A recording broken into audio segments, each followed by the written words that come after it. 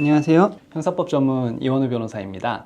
오늘은 경찰에서 35년 이상 근무하셨고 창원 중부경찰서장으로까지 경험이 있으신 박중희 고문님을 다시 한번 이 자리에 모셨습니다. 네, 안녕하세요. 박중희 고문입니다. 오랜만에 뵙습니다.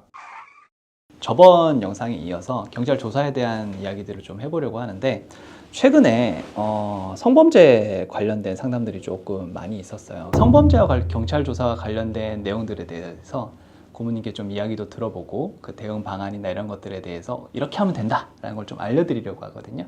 그래서 오늘은 그 부분에 대해서 설명을 좀 부탁드리도록 하겠습니다.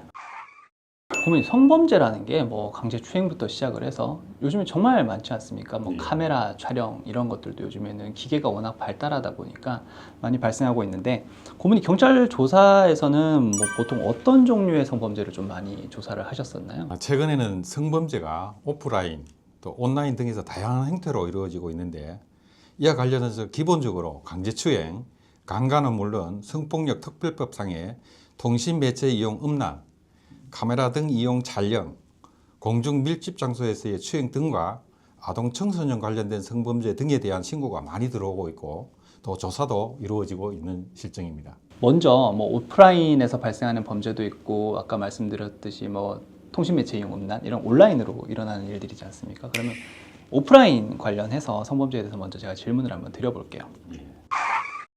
혐의 자체가 워낙 이제 높다 보니까 굉장히 긴장될 것 같아요. 조사 과정에서도. 그럼 조사실에 딱 들어가잖아요. 경찰서 들어가는 그 순간부터 분위기가 보통 어떻습니까? 예, 말씀하신 대로 많은 분들이 무거운 분위기라고 생각하시는데 꼭 그런 것만은 아닙니다. 사건 내용에 따라서 수사관에 따라서 조금의 차이는 있고 또 피고소인이 되었을 경우 혐의를 의심받고 있는 상황이다 보니 행위와 관련하여 추궁이 있을 수도 있지만 응하면서 변소할 내용은 변소하고 제출할 자료가 있으면 제출하시면 되겠습니다. 그러면은 막 갔을 때 나를 막 윽박지른다든지 그런 상황은 벌어지지 않는다는. 그런 경우는 없다고 볼 수 있습니다. 오시면은 가장 대표적으로 묻는 질문들이 조사 가면 나한테 어떤 질문을 하느냐. 정말 범죄마다 다 유형들이 다르겠지만 일반적으로 조금 그래도 유형화할 수 있다면 어떤 질문들이 보통 하게 될까요? 일반적으로 가장 먼저 그 가족관계, 직업, 주소 등 개인 신상에 대해 질문을 시작합니다.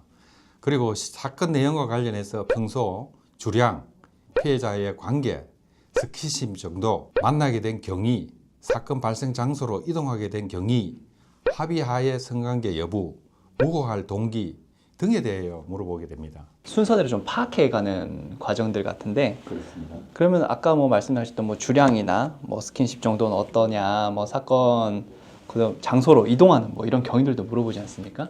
그럼 그런 의도는 그 경찰관의 의도는 어떤 것들일까요? 뭘 파악하기 위해서 그런 질문들을 하는 걸까요? 구체적인 범죄 사실을 확인하기 위한 어떤 질문이라고 봅니다. 또 범죄 구성 요건에 해당되는 사항들이 되는지 안 되는지, 또 위법성이 있는지 없는지, 책임성이 있는지 없는지 이런 것들을 따지기 위한 질문이라고 보시면 됩니다. 결국은 이게 형법이라는 또는 특별법이라는 그 구성 요건에 맞춰가는 과정이지 않습니까? 어떤 클럽에서 만났다 이러면은 저쪽에서 먼저 다가왔다 뭐 이런 것들을 해야 되는데 여기서 근데 일반인들이 자기도 조금 캥긴다고 해야 될까요? 그런 것들이 좀 있는 것 같더라고요. 그런 부분들에 대해서 그러면은 저한테 막 그런 식의 질문을 해요. 이거는 좀 숨겨야 될 것 같지 않을까요? 아니면은 아니면 오픈해서 말하는 게 좋을까요? 이런 식의 질문들을 하는데 고문님 생각은 어떠십니까? 어떤 범죄를 본인이 생각했을 때 그 내용에 대해서는 누구보다 잘 아는 사람이 본인입니다. 근데 본인이 만약에 그 범죄를 저질렀다 이렇게 생각하고 인정한다면 솔직하게 얘기하는 것이 오히려 더 도움이 될 수도 있습니다. 피고소인이든지 피의자가 됐든지 그런 입장에 처했다면은 단순히 말로만 할 수는 없지 않습니까? 자기 말로야 뭐 항상 결백한 것들이고 억울한 것들인데 이런 상황에 조사를 받게 됐다면은 어떤 뭐 증거 자료 같은 것들을 좀 준비할 수 있을까요? 모텔 등 사건 장소에 출입하는 그런 CCTV 영상이라든지 또 사건 전후에 고소인과 나눈 메시지 내용 또는 그 주변 사람들 당시에 모텔 직원이라든지 택시 기사라든지 술자리에 있던 동반자라든지 이런 사람들의 증언이 유리한 증언이 있다면 사실 확인서를 준비하는 것이 큰 도움이 됩니다. 평소 관계를 좀 설명하거나 아니면 사후에 이런 내용들을 설명을 하는 경우들이 있는데, 그럼 대화 한번 봅시다, 문자 메시지 한번 봅시다라고 하면은 그거 제가 지워버렸습니다 라고 대답하는 경우들이 있으세요. 그렇습니다. 그런 경우에는 좀 어떤 좀 심증이 좀 가시나요? 그런 경우에는 사실 입증하기가 곤란한 상황일 수도 있는데 최대한 그 주변의 상황이라든지 또 관련자라든지 이런 것들을 또 총동원해서 말을 이렇게 증명할 수 있는 그런 자료들을 확보하는 것이 중요하다고 생각합니다. 변호사로서는 절대 지우시면 안 됩니다. 그거는 나중에 제출할지 말지는 본인이 결정하시면 되는데, 미리 섣불리 지우셨다가 저한테 오셔도 제가 지금 뭐 그런 도움을 못 드리는 경우들도 꽤 발생을 하거든요. 그래서 섣부른 삭제 이런 것들은 절대 하지 마시라고 제가 첨언을 좀 드리도록 하겠습니다. 이제 조사를 가다 보면은 대부분의 경우에 이제 수사관 분들이 조금 열린 질문들을 많이 하시더라고요. 그러면은 그때는 좀 어떤 식의 답변으로 진행을 하는 게 더 좋을까요? 예, 그 열린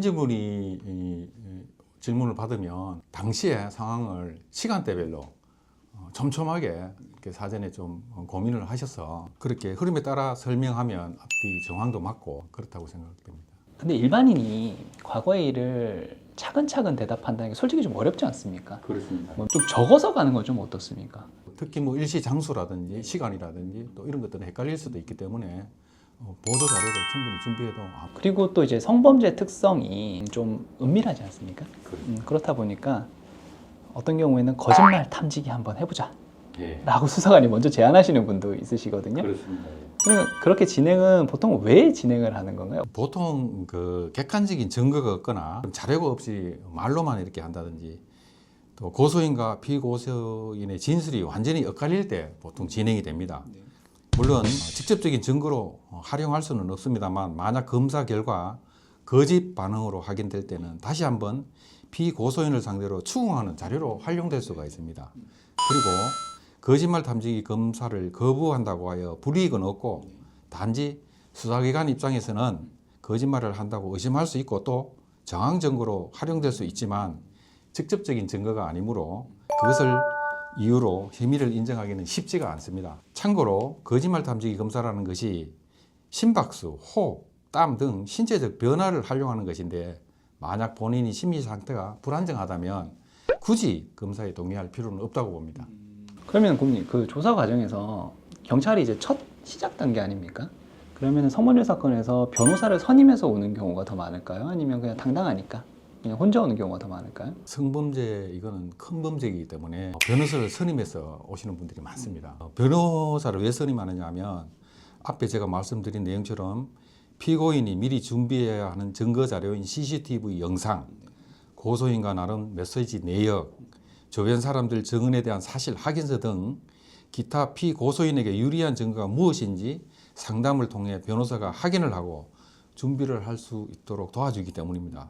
또 경찰에서 조사를 받을 때 긴장하거나 당황해서 제대로 진술하지 못하였을 경우에도 변호사를 통해 자세한 변소 내용, 또 유리한 상황, 자료 등을 정리해서 제출할 수도 있기 때문에 여러 번호 변호사를 선임하는 것이 좋다고 봅니다. 범죄 현장에 있었던 CCTV는 경찰분들이 바로바로 수거를 하세요.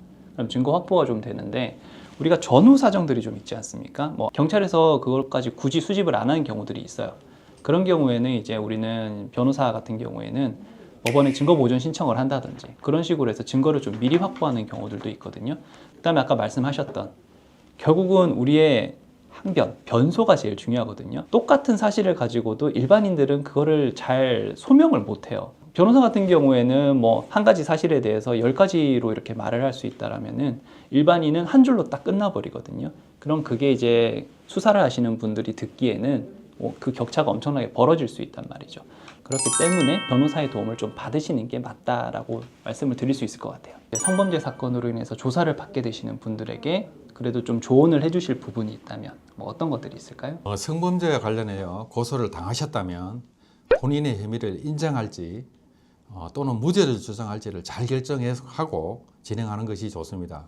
그런 부분들을 스스로 판단해 결정하기는 쉽지가 않고 또 정신적으로나 육체적으로나 힘들고 지친 부분이 많기 때문에 변호사의 조력을 통해 진행하시면 좋을 것 같습니다.